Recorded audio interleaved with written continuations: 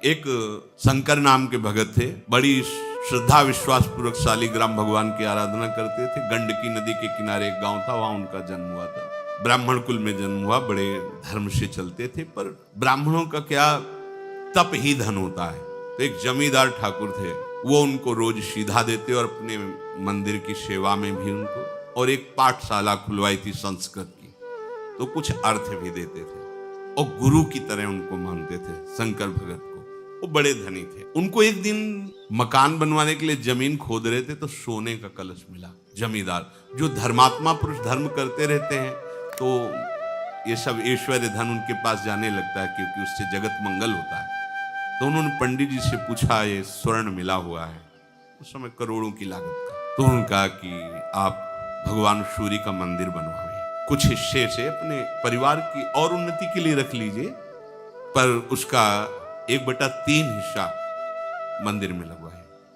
बात कुछ दिनों बाद जो जमींदार थे वो पधार गए, तो उनका जो बड़ा लड़का था वो बहुत ही दुष्ट स्वभाव का था। केवल उनके भय से वो चुपचाप रहता था, वो दुष्टता उस समय भी करता था। अब तो पिता गए,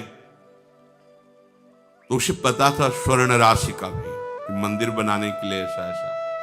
तो उसने पूरी नकली दस्तावेज तैयार किए, उसमें अपने पिता के दस्तखत कर दिए और उसमें लिख दिया कि मैं अपने बड़े बेटे को पूरे स्वर्ण का अधिकार देता हूं, वो जो चाहे सो कर सकता है, और दस्तखत अपने पिता के। जब बंटवारे का समय आया तो भाइयों ने बात रखी कि पिता ने कहा था उस स्वर्ण राशि को सूर्य मंदिर बनवाना है, और इसके साक्षी हैं शंकर भगत।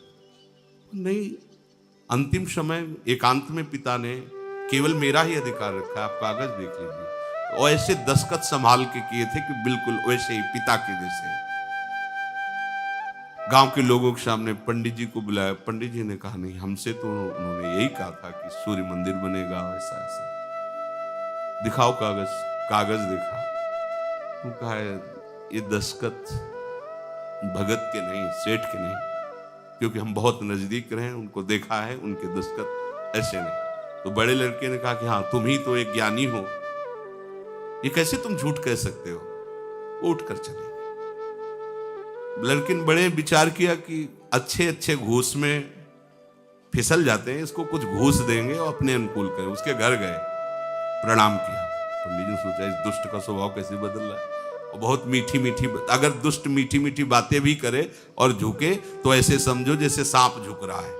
अगर सांप हटकर पीछे झुक रहा है तो वो वार करेगा, सिंह झुक रहा है तो छलांग लगाएगा, ऐसे ही दुष्ट झुक रहा है तो तुम्हारे नाश के लिए झुक रहा है, वो प्रणाम नमस्कार में हुआ। पंडित जी, इतने दिन हो गए हमारे पिता की भी पंडिताई करते हुए, पूजा करते हुए, मिला क्या?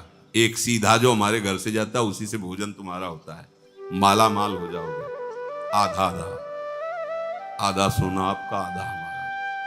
असलियत यही कि हमने जालसाजी की है, दस्तखत हमने किए, अब मान जाओ। उनका धूर्त कहेगा, तू हमारे को धन से लुभाए मान? हमारे तो ठाकुर जी परम धन है, जीवन उनके लिए है। भले तेरे घर से सीधा ना आवे तो मांग के खा लेंगे, लेकिन धर्म विरुद्ध आचरण थोड़ी करेंगे। तो आश्रय नहीं बदलना चाहिए, धर्म विरुद्ध आचरण नहीं होते भक्त के। प्रभु के सन्मुख होकर शरीर का सहारा, भोगों का सहारा, व्यक्ति का सहारा, धन का सहारा, शरीर के संबंधियों का सहारा, ये सब मिट जाता है। असली शरणागति जब उदय होगी, तुम्हें मिटाने के लिए प्रयास नहीं करना, स्वयं अरुचि हो जाएगी। अब आप में शरणागति का प्रभाव जागृत हो रहा है। क्या? निश्चिंतता। जब भक्त अपनी मान्यताओं को, अपनी मानी हुई समस्त संपत्ति को, वृत्तियों को प्रभु के हवाले कर दिया, समर्पित कर दिया, लोक परलोक की कोई चिंता उसके हृदय में नहीं रह जाती। मेरा जीवन निर्वाह कैसे होगा, मैं कहाँ रहूंगा, बीमार होऊंगा तो मेरी सेवा कौन करेगा, मेरी दशा क्या होगी, मेरी गति क्या होगी, ये चिंता शरणागत में बिल्कुल नहीं रहती। प्रभु के शरण होने पर शरणागत भक्त में ये एक बात आ जाती है कि अगर प्रभु के पसंद में मैं ना आता तो प्रभु ये मुझे मार्ग ही नहीं देते। जब मार्ग दे दिया शरणागति का, मतलब वो मुझे अपनाना चाहते हैं। अब अपनाना चाहते हैं तो पहले तो हम बहुत गंदे थे, अब तो उसके दाग रह गए हैं। तो गंदगी में स्वीकार किया है मुझे। उस समय कोई महात्मा थोड़ी था जिस समय शरणागत उन्होंने लिया है, ध्यान देने की बात है। उस समय तो बहुत ही गंदा विचार संसार ही था। जब उस जगह से मुझे चयन किया है तो अब तो उनके मार्ग में चलने से काफी धुलाई सफाई हो ही गई, थोड़े थोड़े दाग रह गए। ये भी वो उनके पास ऐसे है, कपड़े में दाग लग जाए ना तो साबुन से नहीं छूटता, वो कुछ एक और आता है आला निराला कर देता है। भगवान कृपा का आला डाल करके उसको ऐसे चमका देते हैं कि कोई दाग नहीं रह जाता। फिर जगत बंदनी सतरति सस्तरति सा लोकाम तारयति, ये उनके पास है, ये और किसी के पास नहीं। ऊपर का तो मिट जाएगा लेकिन दाग जो नहीं मिट, उस दाग को वही है सबके कृपा सिंधु दाग मिटाने वाले, वही मिटा दे। चतुर्भुज दास जी कथा कह रहे थे, उन्होंने कहा कि दीक्षा जो ले लेता नया जन्म हो जाता है। तो संयोग वशात एक सेठ के यहाँ चोरी करके वो चोर भागा था और संत समाज देख करके उसमें छुप गया कि यहाँ राज कर्मचारी पकड़ेंगे नहीं। ऐसा ही हुआ, वो देखे सत्संग हो रहा, वो चले गए। यहाँ कैसे चोर बैठेगा, इतनी शांति कहाँ क्यों बैठ करके कथा, और कान में वो शब्द पड़ गए। कथा संपन्न हुई, चतुर्भुजदास जी के पास गए और कहा महाराज भी आपने कहा कि दीक्षा लेने से नया जन्म हो जाता है, पक्की बात है? सारे पाप नष्ट हो जाते हैं? हाँ, अगर आगे पाप ना करे तो हमें दीक्षा दोगे? हम चोर हैं, बहुत पाप किया, हिंसा किया, व्यभिचार किया, चोरी की है। हाँ दे। तो कल के लिए नहीं, ऐसे लोगों को टाला जाता है। ये लोग विशेष कृपा पात्र होते हैं। अभी बुद्धि बदली, कौ सुबह बदल जाए। तुरंत उन्होंने अपनी तरफ से कंठी लेकर उनके गले, जग मंगल के लिए संत का स्वरूप होता है। उसने निश्चय किया कि अब इस जन्म में मैं पाप नहीं करूंगा। गुरु कृपा हो गई, मेरा नया जन्म हो गया। और शाम का समय अपना मुंडन करा के, तिलक लगा कंठी बांध के, दीक्षा लेके दूसरे दिन टहल ही रहा था कि वही सेठ दे, अरे पहचान गए, ये तेरे बाल मुड़वाने से और कंठी तिलक बांधने से तू बच नहीं जाएगा। तुरंत उसको बंदी बनाया और राजा के सामने पेश किया। ये वैष्णव वेश धारण किए, ये वैष्णव नहीं, कल हमारी चोरी की थी। दृढ़ निष्ठा देखिए, स्वीकृति का सारा खेल है। उसने कहा महाराज इस जन्म में हमने चोरी नहीं की। बोले जन्म की क्या महाराज, हम कसम खा कहते हैं कल इसने हमारे यहाँ चोरी की। और जब दोनों सत्य पर अड़े तो उस समय, पुराने समय में सत्य की परीक्षा के लिए लीला की जाती थी कि हाथ में कोमल पीपल की एक पत्ती ऐसे रख के और कच्चे धागे से ऐसे लपेटा जाता था और उसके ऊपर जलता हुआ लोहे का लाल लाल फार रखा जाता। ना सूत झुलसेगा और ना वो पत्ता सिकुड़ेगा, और 7 कदम चल के उसे छोड़ दो। अगर वो झुलस गया या जल गए तो तुम झूठे हो। वो प्रयोग किया गया, उसके हाथ में रखा गया और कहता गुरुदेव ने कहा था कि दीक्षा के बाद नया जन्म होता है। इस जन्म में मैंने कोई पाप नहीं किया। और 7 कदम चला, फेंक दिया, खत्म, कुछ नहीं झुलसा। राजा ने कहा फांसी दे दो इसको, ऐसे वैष्णव पर झूठा आरोप करता है। अब तो कोई, तो उन्होंने राजा से कहा फांसी न दो, ये भी ठीक कह रहा है। बोले आप कैसे ठीक मान सकते हैं, आपने अभी तो प्रमाण दिया। बोले नहीं, वो इस जन्म की बात है ना, कल तक हमारा दूसरा जन्म होता, हम कल तक चोर ही थे। हाँ, आज हम गुरुजी से दीक्षा ली तो अब हमारा नया जन्म। मिलाओ अपने वो चतुर्भुजदास जी का फिर शिष्य। आप देखो स्वीकृति, अभी तक हम पापी नीच अधम सब थे, पर आज से हम भगवान के शरणागत हैं।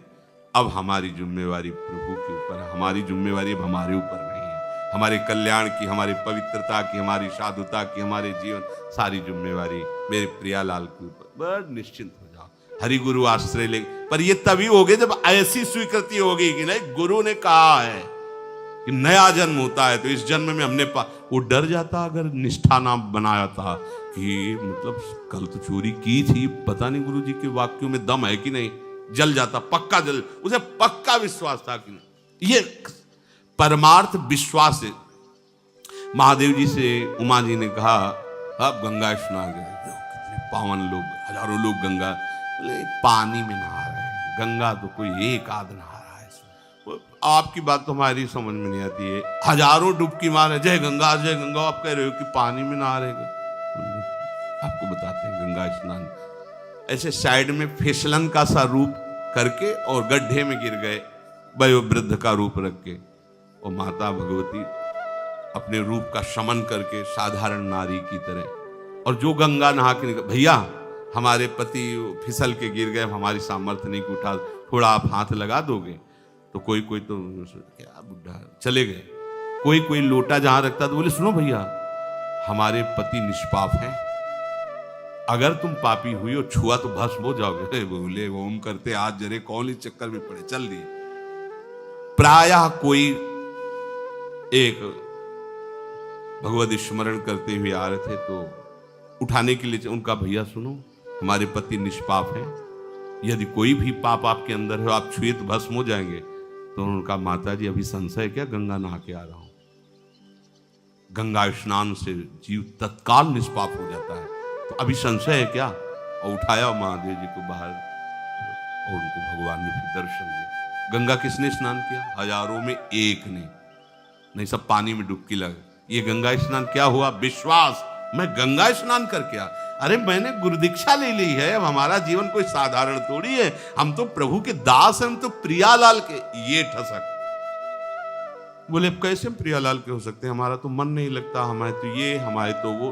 तो जब तुम्हें घसीटा गया था प्रियालाल ने, जब आपको चयन किया, वृंदावन बुलाया, तब आप बहुत अच्छे महात्मा थे क्या? आप वो सोचो, हम लोग कीचड़ में ही सने हुए थे, तब उन्होंने कृपा की।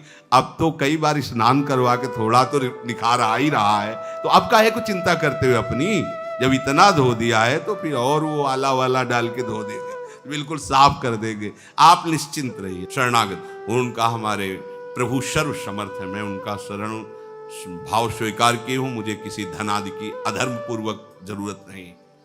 तो उनका हमारे पास और भी हथकंडे हैं वो आपको मनाने के लिए, वो ना अपनाना पड़े तो बोले तुम हमें धमकी देते हो। अरे जिनसे काल डरता है उन हम भगवान की शरण में जा, तुझे जो कुछ करना है कर, जाके चला गया। अब उनका समय था कि मध्याह्न के बाद जाते, सरोवर में स्नान करते, मंदिर में पूजा में जाते, और अंधेरा होने पर वापस होते। शंकर भगत वापस आ रहे थे अंधेरे में, और एक करौली चाकू खोस करके गया और कहा अब मान लो मेरी बात, अंधेरा है कोई है नहीं, मेरी बात मान लो, अब भी कह रहा हूं आधा स्वर्ण तुम्हें दे देंगे, बात मेरी मान लो, नहीं तो तुम्हें जान से हाथ धोना पड़ेगा। बोले हमने तो पहले ही हाथ धो रखे हैं जान से, हमने अपनी जान तो प्रभु को समर्पित कर दी, तुझे जो भावे कर, अधर्म में कदम नहीं रख सकते। उसने चाकू ली, छाती पे पेट पे वार किया चाकू से, वो बस भगवान का स्मरण करते हुए गिर पड़े, वो तो भगा। जे ही गिरे स्वेग जैसे कोई दिव्य देश में आ गए हो। देखा सामने सुंदर अद्भुत अद्भुत लताएं हैं, एक कनक भवन है, उसकी भावना शालिग्राम की भगवान राम के प्रति। देखा कि सिया जो विराजमान है, राम जो विराजमान, हनुमान जी महाराज उनके चरण पकड़े हैं, लक्ष्मण भरत शत्रुघ्न ये सब आसपास, राज दरबार लगा हुआ है। भगवान ने कहा आओ आओ, हनुमान जी ने गले लगाकर उनको परमानंद की अनुभूति हो रही, भगवान दुलार कर रहे हैं। अच्छा तुम्हारे लग गया, और ऐसे भगवान जीवी किए, वो सब घाव खत्म हुआ, एकदम आनंद। अभी तुम जाओ, अभी तुम जाओ, तुम्हारे द्वारा भक्ति का विस्तार होगा, धर्म की स्थापना होगी, और ये मेरा ही कार्य है। जब ऐसा कहकर भगवान ने दुलार करके आंख खोली उनको, जैसे सो की जगह, ऐसा लगा मानो स्वप्न में वो घटना हुई थी। ऐसे देखा कोई घाव नहीं, कोई कष्ट नहीं, चल पड़े। और आगे जब गए तो खून की उल्टी करते हुए वो पड़ा था जिसने चाकू मारी थी। आगे गए, कहा भैया तुम्हें कैसे कष्ट हो? तुरंत गोद में उठाया और भगवान से कहा प्रभु यदि थोड़ी भी भक्ति हमारे हृदय में, इसको पीड़ा नहीं होनी चाहिए। फिर उसको चेतना आई, उसका खून उगलना बंद। वो भैया क्या हो गया? तो बोले क्षमा करो। जे ही आपको मार के हटा तो पता नहीं कौन था, हमें परिचय नहीं, पर वो इतना बलवान था कि उसके एक थप्पड़ पर हम उस समय से खून ही डाल रहे हैं और हमें होश ही नहीं। अगर आप हमें गोद में न बैठालते, दुलार न करते तो मुझे होश ही नहीं होता। कभी गलती नहीं करेंगे, कभी बेईमानी नहीं करेंगे, हम सब सभा के बीच में कह देते ऐसा ऐसा। और आज से जीवन भर आपकी हम सेविका है। हम जान गए कि भगवान की भक्ति में कितनी कर तुम अकर तुम अन्यथा कर तुम, तेरे भाव ठीक नहीं है, तेरी वृत्तियां ठीक नहीं है। अरे जो स्वीकार करे वो कह रहे भैया तुम्हें दुनिया से क्या मतलब है। समझो, हमें इनकी शरण में होना है ना, हमें दुनिया से मतलब नहीं। दुनिया हमको काना कहे, कुरूप कहे, लेकिन मालिक मुझे पसंद करते तो दुनिया से हमें क्या मतलब है। मैं किसी योग्य नहीं हूं, लेकिन मेरे मालिक मुझे पसंद करते हैं, तो हमें दूसरों को पसंद करवाना है क्या। इसी को दंभ कहते हैं। मालिक की पसंदीदा बात पर तुम्हारे को ध्यान नहीं है, दूसरों को प्रसन्न करना चाहते हो, तो ये सब नगर नारी के स्वांग है। स्वांग सब नगर नारी के, विषयीन हाथ बिकाए ने रिझवन बतार के। अपने प्रीतम को प्रसन्न करना है क्या। तू मेरा शरणागत है, तेरा भाव ठीक नहीं, तेरी वृत्ति ठीक नहीं, तेरे आचरण शुद्ध नहीं, तो भी तुझे चिंता नहीं करनी, क्योंकि तू मेरा है, मैं चिंता करूंगा। बोलो क्या परेशान। योगक्षेमम वहां में हम, तू मेरा चिंतन करना। इतनी खुली बात, ये मतलब केवल भगवदाश्रित होने की बात है, केवल